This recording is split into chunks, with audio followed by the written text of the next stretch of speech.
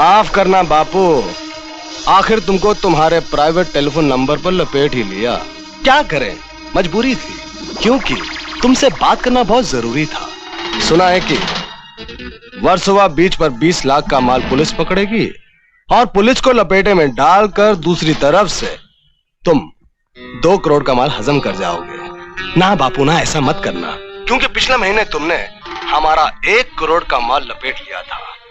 अब हमारी बारी है। हम कुत्तों से बात नहीं करते। शेर की दहाड़ तो पहचानते हो ना राणा?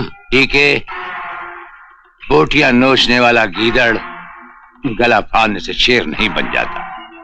राणा, डीके ईंट का जवाब पत्थर से देना जानता है। बिना बताए मिलावट की जाती है, माल नहीं उठवाया जाता। इसलिए पहले इत्तला दे रहा हूं कि 20 लाख का माल पुलिस को मिलेगा और 2 करोड़ का मैं ले जाऊंगा। राणा का माल तो बड़ी शान से राणा तक पहुंचेगा डीके।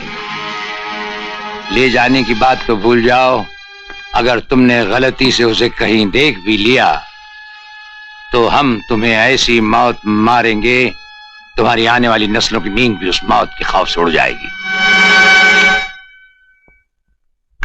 बड़े भाई, हमें यह तो मालूम है कि राणा का माल पुलिस कहां लपेटेगी, लेकिन हमें यह नहीं मालूम कि राणा का माल उतरेगा कहां।